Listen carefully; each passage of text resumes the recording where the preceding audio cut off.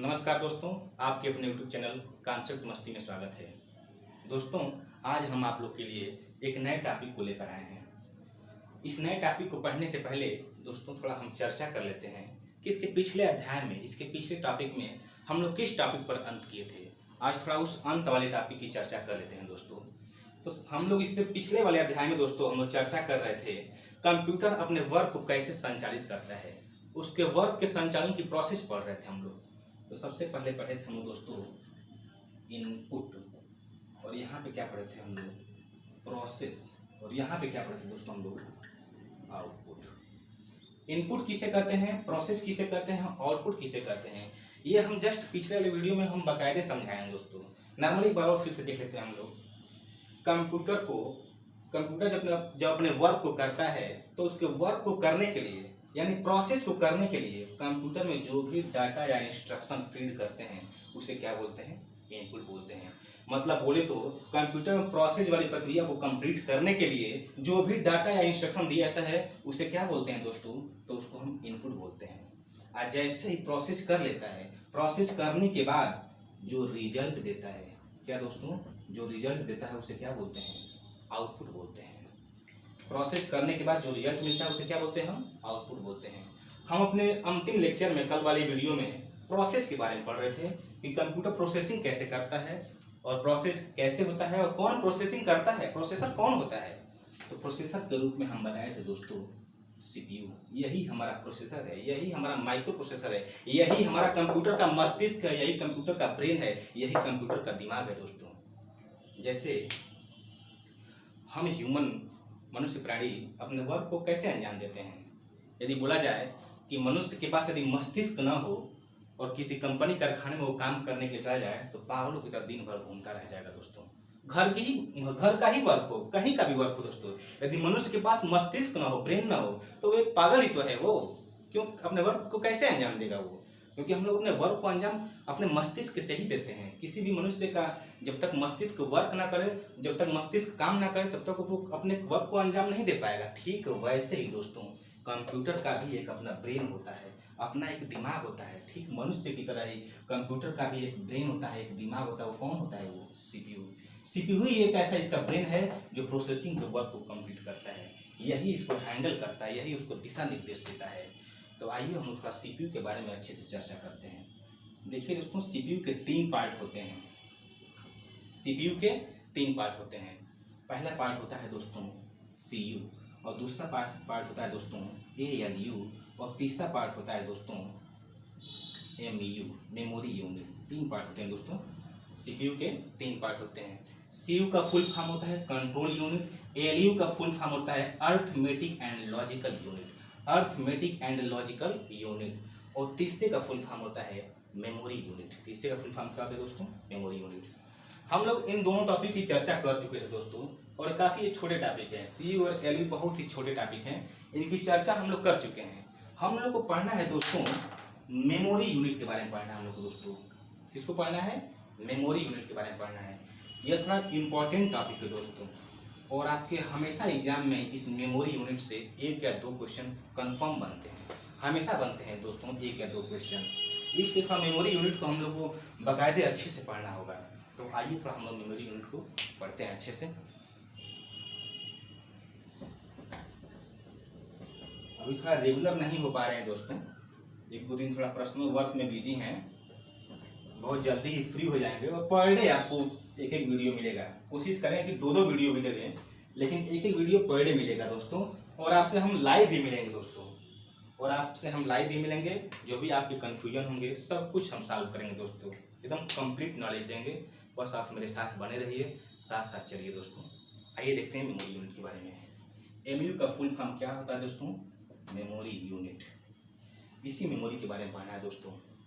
Memory के 2 part होते हैं दोस्तों। मेमोरी कितने पार्ट होते हैं, मेमोरी के 2 पार्ट होते हैं। एक होती है प्राइमरी मेमोरी और एक होती है सेकेंडरी मेमोरी। एक होती है प्राइमरी मेमोरी और एक होती है क्या, सेकेंडरी मेमोरी। प्राइमरी मेमोरी किसे कहते हैं और सेकेंडरी मेमोरी किसे कहते हैं, आइए थोड़ा इसकी चर्चा करते हैं। प्राइमरी मेमोरी दोस्तों, कंप्यूटर अपने वर्क को प्रोसेस करने के लिए, प्रोसेस करने से पहले डाटा या इंस्ट्रक्शन को कहाँ रखता है, प्राइमरी मेमोरी में रखता है। मतलब बोले कि कंप्यूटर प्रोसेस करने से पहले या करते समय तक डाटा या इंस्ट्रक्शन को प्राइमरी मेमोरी में स्टोर करता है, और जैसे ही प्रोसेस का वर्क कंप्लीट होता है तो उसे कहाँ रखता है, सेकेंडरी मेमोरी में रखता है।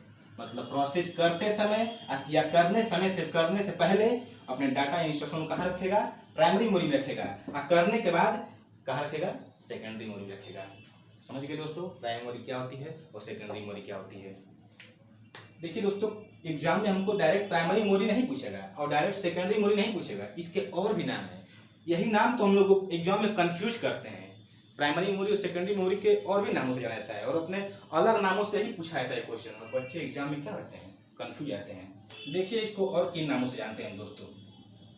इसी प्राइमरी मेमोरी को दोस्तों हम इंटरनल मेमोरी भी कहते हैं, और इसी मेमोरी को दोस्तों हम लोग मेन मेमोरी भी कहते हैं।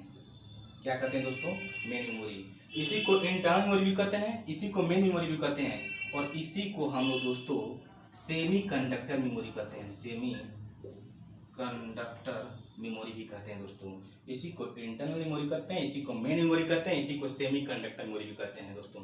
और इसी को तो हम लोग वोलेटाइल बोलते हैं दोस्तों। इसी को क्या बोलते हैं हम लोग, वोलेटाइल, VOLATILE, इसी को वोलेटाइल भी बोलते हैं दोस्तों। इंटरनल का मतलब आंतरिक मेमोरी, मेन का मतलब मुख्य मेमोरी, और सेमी कंडक्टर का मतलब क्या होता है, अर्धचालक मेमोरी। इसकी हिंदी मीनिंग दोस्तों होती है आंतरिक। क्या होती है इसकी हिंदी मीनिंग, आंतरिक होती है, और इसकी मुख्य होती है, और इसकी क्या होती है दोस्तों, अर्धचालक होती है। इसकी अर्धचालक होती है। वोलेटाइल का मतलब अस्थिर या अस्थायी। वोलेटाइल का मतलब क्या होता है, अस्थिर या अस्थायी। ठीक ऐसे ही सेकेंडरी मेमोरी को भी दोस्तों कंफ्यूज करने के लिए एग्जाम में अलग अलग नामों से पूछा जाता है। जैसे इसको बोलते हैं हम लोग क्या, इंटरनल मेमोरी, ठीक ऐसे इसकी उल्टा बोलते हैं इसको क्या दोस्तों, एक्सटर्नल मेमोरी। जैसे इसको बोलते हैं इंटरनल मेमोरी, इसको बोलते क्या है दोस्तों, एक्सटर्नल मेमोरी। इसकी हिंदी मीनिंग होती है आंतरिक, तो इसकी हिंदी मीनिंग दोस्तों होती है बाह्य। जैसे इसको बोलते हैं मेन मेमोरी, ये मुख्य मेमोरी है, तो ये दोस्तों सहायक मेमोरी है, तो इसको बोलते हैं हेल्पिंग या ऑक्सिलरी, AUXILARY, इसको बोलते हैं ऑक्सिलरी मेमोरी। जैसे इसको बोलते हैं सेमी कंडक्टर मेमोरी, ठीक ऐसे इसको बोलते हैं बैकअप मेमोरी, इसको बोलते हैं बैकअप मेमोरी। जैसे इसको बोलते हैं वोलेटाइल, तो इसको बोलते हैं दोस्तों नॉन वोलेटाइल मेमोरी। इसको क्या बोलते हैं दोस्तों, नॉन वोलेटाइल मेमोरी। देखिए एक्सटर्नल का मतलब होता है दोस्तों बाह्य मेमोरी, ऑक्सिलरी का मतलब होता है सहायक मेमोरी, बैकअप का मतलब बैकअप ही समझिए, और नॉन वोलेटाइल का मतलब अस्थायी या स्थिर मेमोरी। दोस्तों इन चार नामों से पूछकर आपको कंफ्यूज किया जाता है। हम लोग तो नॉर्मली पढ़े होते हैं प्राइमरी और सेकेंडरी, लेकिन ये भी तो उन्हीं का नाम है दोस्तों। प्राइमरी मेमोरी का ही तो नाम ये चारों नाम है, ठीक सेकेंडरी मेमोरी का भी तो यही चारों नाम है दोस्तों। यही नामों से पूछकर आपको कंफ्यूज किया जाता है। एक और दोनों में डिफरेंस है दोस्तों। जो ये प्राइमरी मेमोरी जो होती है ना, ये सीधे मदरबोर्ड में लगी होती है, ये जो अंदर लगी होती है सीधे ये मदरबोर्ड में लगी होती है। लेकिन जो सेकेंडरी मेमोरी होती है दोस्तों, इसको बाहर से लगाया जाता है। जैसे कोई आप चिप वगैरह लाते हैं, मेमोरी कार्ड वगैरह लगाते हैं, वो सेकेंडरी मेमोरी के अंतर्गत ही आता है। जो भी चीज, जो भी मेमोरी कार्ड के रूप में आप बाहर से लगाते हैं वो सेकेंडरी मेमोरी होता है, और जो अंदर से लगाया रहता है दोस्तों, मदरबोर्ड में लगा रहता है, वो क्या होता है, प्राइमरी मेमोरी होता है दोस्तों। तो आइए प्राइमरी मेमोरी के बारे में फिर से समझते हैं हम लोग।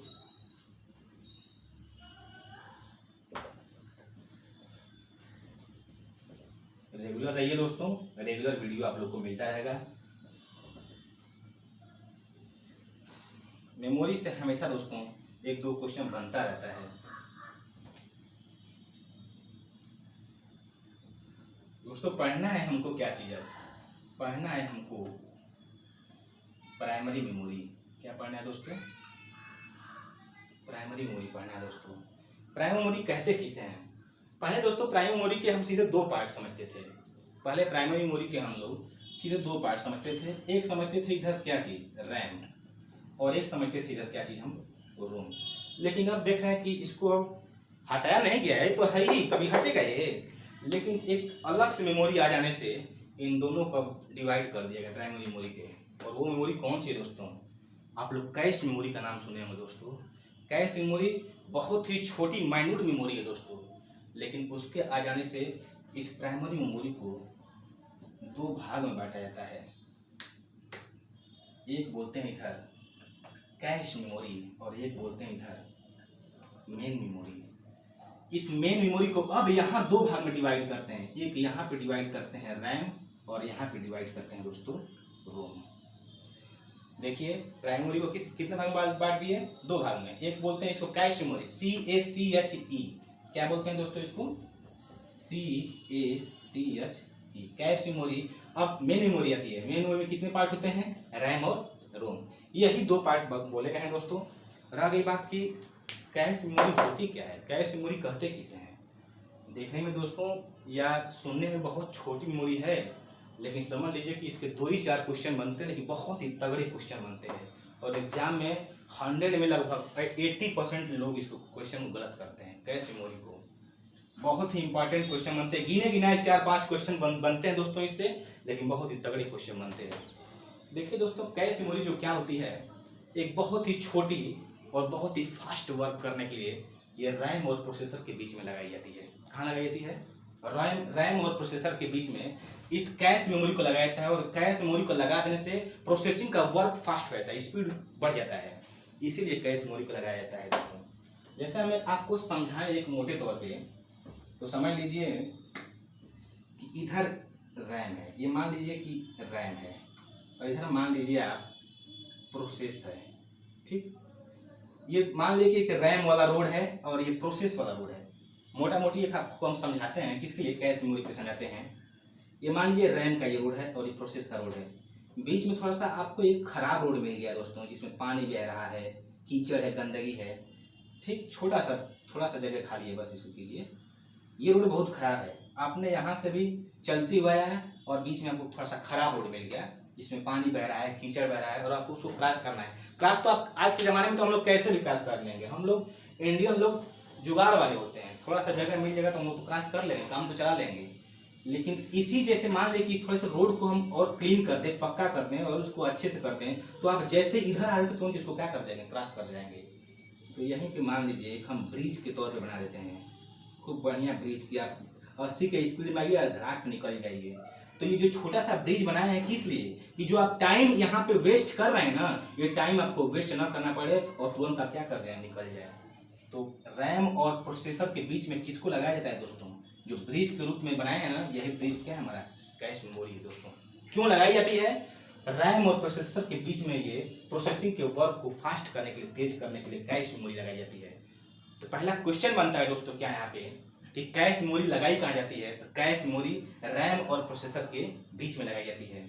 देखिए इसके क्वेश्चन क्या बनते हैं, थोड़ा सा क्वेश्चन पे डिस्कस करते हैं दोस्तों। इसका पहला क्वेश्चन बनता है, ये लगाया कहाँ जाता है दोस्तों, तो ये लगाया जाता है रैम और प्रोसेसर के बीच में लगाई जाती है। दूसरा इसका क्या है दोस्तों, वो समझ लेते हैं। ये फास्ट इन नेचर, ये वर्क अपना बहुत तेज करती है दोस्तों। वर्क कैसे करती है, अपना बहुत तेज करती है, फास्ट इन नेचर और very fast in size, very small in size बोलते हैं इसको, क्या, वेरी स्मॉल इन साइज। मतलब ये साइज में भी क्या होती है, बहुत छोटी होती है। वर्क को कैसे करती है, बहुत तेज करती है दोस्तों। पहला क्वेश्चन क्या बना, ये कहाँ लगाई जाती है, तो रैम और प्रोसेसर के बीच में लगाई जाती है। और कैसी होती है, तो ये बहुत फास्ट इन नेचर, मतलब काम को क्या करती है, बहुत फास्ट करती है। और वेरी स्मॉल इन साइज, ये साइज में क्या होती है दोस्तों, छोटी होती है। इसका कभी कभी ये भी पूछ देता है दोस्तों कि जो कैश मेमोरी होती है इसके अंदर जगह कितना होता है, स्पेस कितना होता है। कई बार पूछा गया है दोस्तों कि इसका स्पेस कितना होता है। तो आइए समझते हैं कैश मेमोरी के अंदर स्पेस कितना होता है। तो कैश मेमोरी के अंदर स्पेस दोस्तों 256 KB से लेकर 2 MB तक होता है दोस्तों। 256 KB से लेकर 2 MB तक होता है। 4 क्वेश्चन बता दिए दोस्तों, ध्यान दीजिएगा। कैश मेमोरी बहुत छोटी मेमोरी है, लेकिन कितने क्वेश्चन बता दिए आपको। ये कैश मेमोरी लगाई कहाँ जाती है, तो रैम टू प्रोसेसर, मतलब ये रैम और प्रोसेसर के बीच में लगाई जाती है। और दूसरा क्वेश्चन करना है दोस्तों, फास्ट इन नेचर, ये कैसे काम करती है, बहुत तेज काम करती है। इसकी प्रकृति कैसी है, बहुत तेज है। और लिखा है आपका तीसरा question, very small in size, size में बहुत छोटी होती है दोस्तों। चौथा क्वेश्चन क्या बनाया है दोस्तों, इसके अंदर स्पेस कितना होता है, जगह कितना होता है। बहुत छोटी मेमोरी है दोस्तों, इसलिए इसके अंदर भी स्मॉल साइज। देखिए 256 KB से लेकर 2 MB तक, मतलब बहुत छोटा सा जगह है इसमें। और पांचवा जो क्वेश्चन बनता है दोस्तों, बहुत इंपॉर्टेंट क्वेश्चन बनता है इस कैश मेमोरी से। पांचवा जो क्वेश्चन बनता है दोस्तों, इसी को सीपीयू का, इसी मेमोरी को सीपीयू का रजिस्टर बोलते हैं। कि वो दोस्तों क्या बोलते हैं? रजिस्टर बोलते हैं। मतलब वो पूछ दे कि सीपीयू में रजिस्टर के फॉर्म में कौन होता है, तो कैश मेमोरी होती है। कैश मेमोरी सीपीयू में रजिस्टर के फॉर्म में होती है। 5 क्वेश्चन बनते हैं दोस्तों, 1 2 3 4 5, और यही 5 क्वेश्चन रटे रटाए क्वेश्चन है दोस्तों। यदि आप इसको रट कर बैठ जाएंगे तो समझ लीजिए कैश मेमोरी का क्वेश्चन एक भी बाहर नहीं जाएंगे। सिर्फ इन्हीं 5 क्वेश्चन से क्वेश्चन घुमा कर पूछता है दोस्तों, मात्र यही क्वेश्चन है। बहुत तगड़े क्वेश्चन बनते हैं कैश मेमोरी से। तो एक बार इसको सरसरी निगाह से आप देख लीजिए, स्क्रीनशॉट ले लीजिए दोस्तों। आगे भी पढ़ते हैं हम लोग मेन मेमोरी के बारे में।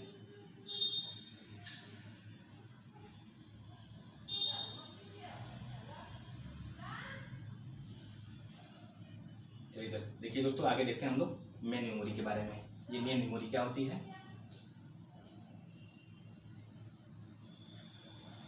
मेन मेमोरी के दोस्तों पार्ट कितने बताए थे हम? एक बताए थे रैम, और एक बताए हैं क्या दोस्तों? रोम। मेन मेमोरी के 2 पार्ट होते हैं, एक होता है रैम, एक होता है रोम। थोड़ा सा इसको ऊपर लिखते हैं दोस्तों, नीचे लिखने के बाद ये दिखेगा नहीं आप लोग को। तो हम लोग प्राइमरी मेमोरी पढ़ रहे हैं दोस्तों, इतना ध्यान दीजिएगा। प्राइमरी में हम लोग पढ़ रहे हैं क्या है? Main memory. इसको समझते हैं, थोड़ा ऊपर लिखकर दिखेगा नहीं आप लोग को।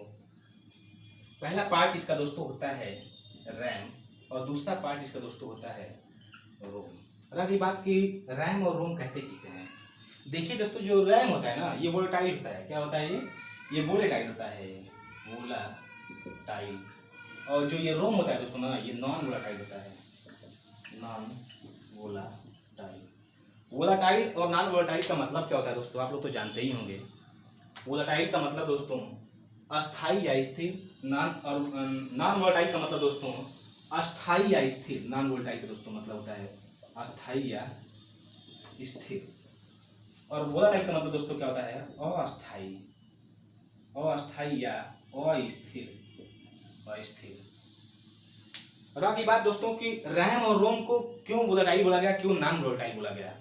क्यों रैम को हमने वोलेटाइल बोल दिया और क्यों हम रैम को नॉन वोलेटाइल बोल दिया? दोस्तों वोलेटाइल और नॉन वोलेटाइल बोलने के पीछे एक रहस्य है, इसलिए बोला गया है। ऐसे थोड़ी हम खड़े खड़े हैं और इंग्लिश वर्जन का एक नाम देते हैं इसको। दोस्तों देखिए, रैम की एक खूबी क्या होती है, जैसे ही इसमें पावर सप्लाई बंद होगा, रैम के अंदर जितने भी डाटा इंस्ट्रक्शन होंगे, जितने भी प्रोग्राम होंगे, तुरंत खत्म हो जाएंगे, डिलीट हो जाएंगे। जब तक पावर रहेगी इसके अंदर, पावर सप्लाई रहेगी, जब तक इसको करंट मिलता रहेगा, तब तक तो ये दोस्तों अपने अंदर डाटा को, इंस्ट्रक्शन को, प्रोग्राम को रखी रहेगी। लेकिन जैसे ही पावर सप्लाई खत्म, डाटा भी खत्म, सब डिलीट।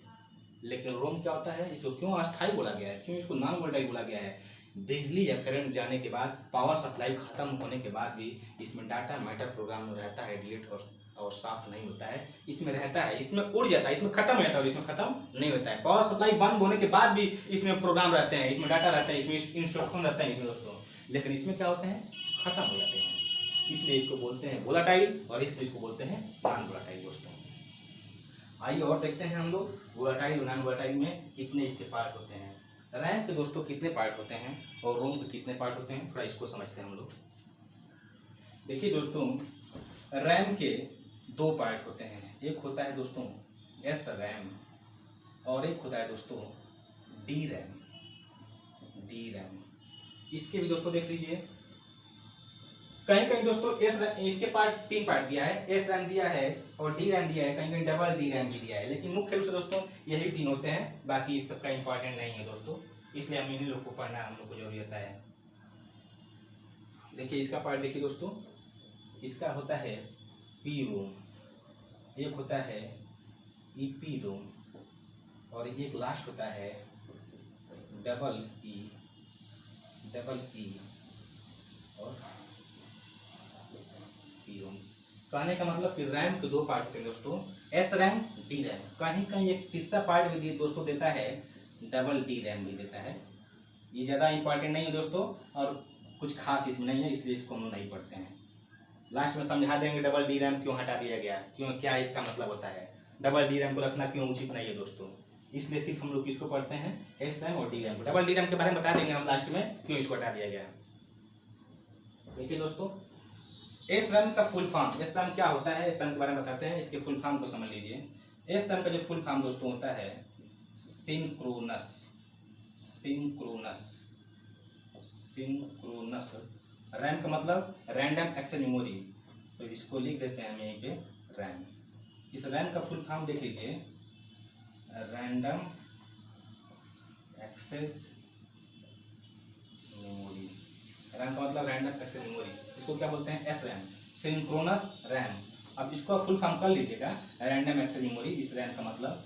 ठीक ऐसे भी इसका फुल फॉर्म क्या होता है दोस्तों, रीड ओनली मेमोरी। ठीक, अब सिर्फ हमको फुल फॉर्म किसका लिखना है, पी का लिखना है, यहाँ पे ई का लिखना है, डबल ई का लिखना है, और इसमें किसका लिखना है, एस का लिखना है, डी का लिखना है। बाकी ये भी तो रैम ही है, यहाँ भी रैम ही है, यहाँ भी रोम है, यहाँ भी रोम है, यहाँ भी रोम है। यहाँ पे पी का चाहिए, यहाँ पे ई का चाहिए, यहाँ पे डबल ई का फुल फॉर्म चाहिए। बाकी आप आगे रोम लिख देंगे, रोम लिख देंगे, रोम लिख देंगे। ठीक है दोस्तों, देखिए एक और इसमें लॉजिक छुपा हुआ है दोस्तों। फुल फॉर्म से ही इसका अर्थ निकल जाएगा। इसका बोले full form random access memory, इसका फुल फॉर्म बोले दोस्तों read only memory. Read only memory का मतलब क्या होता है दोस्तों, ये जो रोम होता है दोस्तों ना, इसके डाटा या इंस्ट्रक्शन या प्रोग्राम को केवल हम पढ़ सकते हैं। रीड मीन्स पढ़ सकते हैं, ओनली मीन्स केवल, मेमोरी मीन्स इस मेमोरी से, इस मेमोरी से केवल डाटा इंस्ट्रक्शन या प्रोग्राम को हम केवल पढ़ सकते हैं, उसमें कोई चेंजिंग हम नहीं कर सकते हैं दोस्तों। जो रोम होता है दोस्तों ना, वो रोम जो कंपनी बना कर देती है ना, वो पहले ही से उसमें फीड कर देती है, प्रोग्राम फीड कर देती है दोस्तों उसमें। हम उसमें कुछ नहीं कर पाएंगे, वो खुद कंपनी बना देती है इसको, जो भी इसमें मैटर फीड की देती है बस आप उसको पढ़िए। आप चाहेंगे कि हम रोम में कोई चेंजिंग कर देंगे तो आप चेंजिंग कर ही नहीं पाएंगे, ये कंपनी अपने से खुद की बना कर देती है, प्रोग्राम फीड करके देती है दोस्तों, इसलिए इसमें हम कोई चेंजिंग दोस्तों नहीं कर पाते हैं। आइए थोड़ा समझते हैं कि एस रैम क्या होता है और डी रैम क्या होता है दोस्तों। देखिए दोस्तों, जो ये एस रैम होता है ना, एस रैम को दोस्तों फ्लिप फ्लॉप भी कहा जाता है, फ्लिप फ्लॉप, फ्लिप फ्लॉप। ये फ्लिप फ्लॉप का मतलब क्या होता है दोस्तों, जो टेक्निकल वाले बच्चे होंगे वो फ्लिप फ्लॉप पढ़े होंगे जरूर। और फ्लिप फ्लॉप क्यों कहा जाता है दोस्तों, देखिए फ्लिप फ्लॉप टेक्निकल वाले बच्चों के लिए तो है ही, लेकिन फ्लिप फ्लॉप का अर्थ क्या होता है, फ्लिप फ्लॉप का मतलब ये होता है दोस्तों जो कि वैसी मेमोरी जो एक समय में केवल एक बिट ही डाटा स्टोर करे। फ्लिप फ्लॉप एक फॉर्म होता है दोस्तों, उसी फॉर्म में क्या होती है, हमारी एस रैम होती है। लेकिन फ्लिप फ्लॉप क्यों, इसको फ्लिप फ्लॉप टर्म दिया गया, क्यों दिया गया टर्म इसको, फ्लिप फ्लॉप का अर्थ ये होता है दोस्तों कि फ्लिप फ्लॉप में सिर्फ क्या है, एक बिट ही रह सकता है इसमें डाटा, एक बिट से अधिक डाटा इसमें रख ही नहीं सकते हैं। तो इस एस रैम में एक बिट से अधिक डाटा स्टोर नहीं कर सकते हैं, इसलिए इसको क्या कहा गया है, फ्लिप फ्लॉप कहा गया है दोस्तों। देखिए कहीं दोस्तों बच्चे कहते हैं कि एस रैम का full form sir static RAM होता है। देखिए इसका कहीं रैम ये भी दिया गया है, एस के जो सिंक्रोनस हम लिखे हैं ना, इस सिंक्रोनस की जगह पर कहीं दिया है दोस्तों क्या, स्टैटिक भी दिया है दोस्तों। हम इसको गलत नहीं करते हैं दोस्तों, लेकिन इस स्टैटिक से बेहतर आपको सिंक्रोनस है दोस्तों। ये स्टैटिक्स हमारे हिसाब से यदि आप नहीं याद करें तो बेहतर होगा दोस्तों। हालांकि इसको भी लिखते रहे दोस्तों, एस रैम का फुल फॉर्म कहीं दिया हुआ है स्टैटिक रैम, और हम लिखे यहाँ पे क्या, सिंक्रोनस रैम। आपकी जो इच्छा, लेकिन हमारे हिसाब से बेहतर जो होगा दोस्तों सिंक्रोनस रैम होगा। सोचिए इसको बता दें, याद आया तो ठीक है दोस्तों। एस रैम कहते किसे हैं, लिख दिए हैं, एस रैम फ्लिप फ्लॉप में होता है। फ्लिप फ्लॉप का अर्थ क्या होता है, ऐसी मेमोरी जो सिर्फ एक बिट ही डाटा स्टोर करती है, उससे फ्लिप को फ्लॉप कहा जाता है दोस्तों। बात करते हैं दोस्तों डी रैम को। डी रैम क्या होता है दोस्तों, तो डी रैम एक परिवर्तनशील मेमोरी है दोस्तों, इसका फुल फॉर्म होता है डायनामिक रैम। अब रैम का तो फुल फॉर्म आप लोग लिख ही लेंगे दोस्तों ना, random access memory, dynamic random access memory. इसका हिंदी मीनिंग दोस्तों होता है परिवर्तनशील मेमोरी,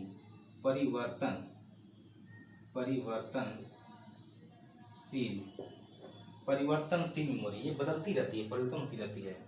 लेकिन क्यों इसको परिवर्तनशील कहा गया, क्या इसको डायनामिक कहा गया, ये जो डी रैम मेमोरी होती है दोस्तों, इसको बार बार रिफ्रेश करना पड़ता है। इस डी रैम मेमोरी को बार बार रिफ्रेश, यदि इसको आप बार बार रिफ्रेश नहीं करेंगे तो ये स्लो वर्क करेगी, इसकी प्रोसेस स्लो हो जाएगी, काम करना बहुत स्लो कर देगी, इसलिए इसको बार बार रिफ्रेश करना पड़ता है। तो रैम से बहुत तगड़े दो क्वेश्चन बनते हैं दोस्तों। क्या बनते हैं, कौन सी ऐसी मेमोरी है जिसको बार बार रिफ्रेश करना पड़ता है, कौन सी मेमोरी दोस्तों? DRAM है। फिर पूछ देगा कौन सी ऐसी मेमोरी जो फ्लिप फ्लॉप के फॉर्म में होती है? SRAM होती है दोस्तों। यही दो तगड़े क्वेश्चन बनते हैं दोस्तों, दोनों तगड़े क्वेश्चन को हम आपको समझा दिए। अब आइए दोस्तों हम समझते हैं PROM और EPROM, डबल EPROM ये क्या होते हैं दोस्तों, इसके बारे में हम थोड़ा समझते हैं दोस्तों। PRAM का फुल फॉर्म होता है programmable read only memory. PRAM का फुल फॉर्म क्या होता है दोस्तों? Programmable read only memory. Programmable read only memory.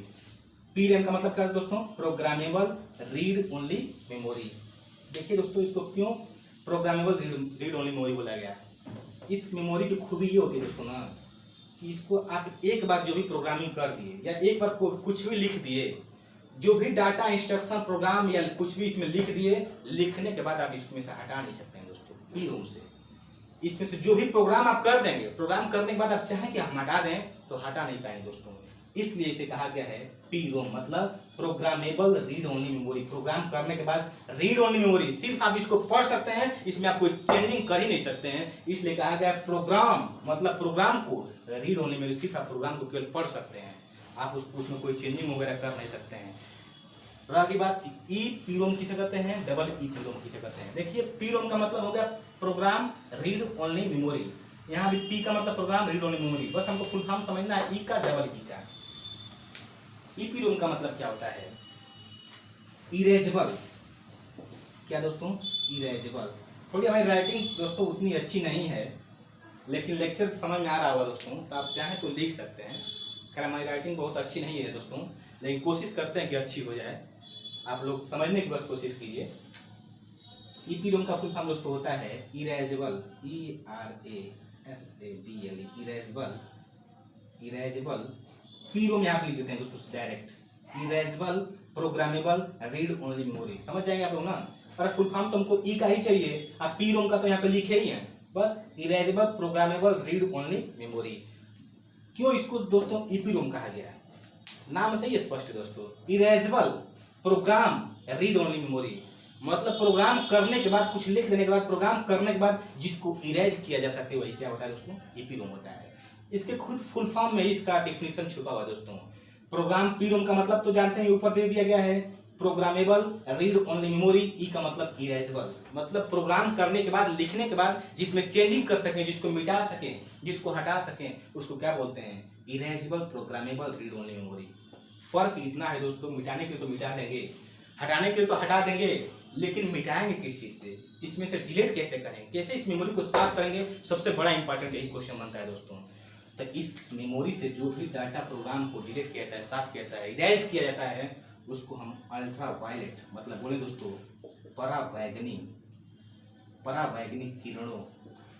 परावैंगनिक किरणों के माध्यम से ही इसके डाटा या प्रोग्राम को डिलीट किया जा सकता है, साफ किया जा सकता है। बाकी किसी चीज से साफ ही नहीं होगी। तो सबसे बड़ा इंपॉर्टेंट क्वेश्चन तो ये बनता है, इरेज तो ये होगा ही होगा, तो कंफर्म है, लेकिन इरेज होगा तो सिर्फ किससे होगा?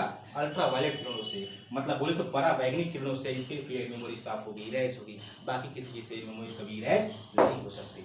बात करते हैं डबल EPROM को। डबल EPROM क्या होता है दोस्तों? इसके भी नाम से भी स्पष्ट है दोस्तों। इसकी फुल फॉर्म होता है दोस्तों इलेक्ट्रिकली,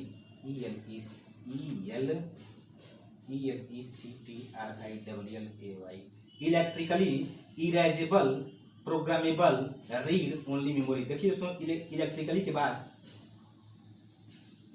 के बाद हम लिख देते हैं सीधे आपको EPROM। क्यों दोस्तों लिख रहे हैं? क्योंकि EPROM का फुल फॉर्म तो ऊपर लिखे ही है दोस्तों, तो उसको यहाँ पे फिर क्यों लिखो? हमको बस एक आगे वाले E का चाहिए। इसका आगे वाले E का फुल फॉर्म क्या है? Electrically erasable programmable read only memory. इसको भी इरेज किया जाएगा, इसमें भी प्रोग्राम करने के बाद इरेज तो किया जाएगा। इसका तो डिफिनेशन दोस्तों इसके फुल फॉर्म से ही मिल जाता है। डबल EPROM क्यों कहते हैं? बस इसके फुल फॉर्म को आप फैलाइए और समझ जाइए। क्यों? क्योंकि यहाँ पे कहा गया है कि इलेक्ट्रिकली इरेजेबल, ये इरेजेबल तो होगा, लेकिन होगा किससे? इलेक्ट्रिकली। इसको इलेक्ट्रिक के माध्यम से इरेज किया जाएगा। इस तरह से क्या बोला गया है? Electrically erasable programmable read only memory. ये किससे होगा? ये होगा दोस्तों अल्ट्रावायलेट परावैंगनिक किरणों से, और ये किससे होगा? इलेक्ट्रिक से होगा। बहुत इंपॉर्टेंट तगड़े क्वेश्चन बनते हैं दोस्तों रोम के तीनों पार्ट से। ये भी दोस्तों समझ गए आप लोग। ये दोनों थोड़ा बढ़िया समझिएगा दोस्तों, इसको और इसको दोस्तों, क्योंकि इसमें जो होगा इरेज का काम होगा अल्ट्रा वायलेट से, और इसका किससे होगा दोस्तों, इलेक्ट्रिक से होगा। बहुत तगड़े क्वेश्चन बनते हैं दोस्तों। वीडियो काफ़ी लंबा जा रहा है दोस्तों, और हम चाहते हैं इस वीडियो को यहीं पे स्टॉप करें। हम प्राइमरी मेमोरी आपको पढ़ा चुके हैं दोस्तों। क्या दोस्तों, प्राइमरी मेमोरी पढ़ा चुके हैं। हमको कल से पढ़ना है क्या, सेकेंडरी मेमोरी पढ़ना है। इसी को विस्तार से अब कल पढ़ेंगे दोस्तों। वीडियो काफ़ी लंबा जा रहा है, इसलिए हम चाहते हैं कि यहीं पे इसको स्टार्ट किया जाए। दोस्तों जो भी कुछ आपको समझ में ना आए, जो भी आपको कन्फ्यूजन लगे, कमेंट बॉक्स में लिखिए दोस्तों। हम अगले जैसे दिन क्लास करने आएंगे कमेंट में पढ़कर आपको उसी चीज़ टॉपिक को पढ़ाएंगे दोस्तों। सारे टॉपिक को पढ़ाया जाएगा दोस्तों, बस मेरे साथ बने रहिएगा दोस्तों। और इसको पढ़ाने के लिए हम आपसे कोई चार्ज नहीं लेते हैं दोस्तों, सिर्फ आपसे एक ही चार्ज मांगते हैं दोस्तों कि मेरे चैनल को सब्सक्राइब कीजिए, लाइक कीजिए, और यदि हो सके ज़्यादा आप मेरे यदि क्या बोलते प्रेमी होंगे तो मेरे चैनल को थोड़ा शेयर भी कर दीजिएगा। बस इतना ही आपसे हम चार्ज लेना चाहते हैं दोस्तों। मिलते हैं कल दोस्तों, नमस्कार।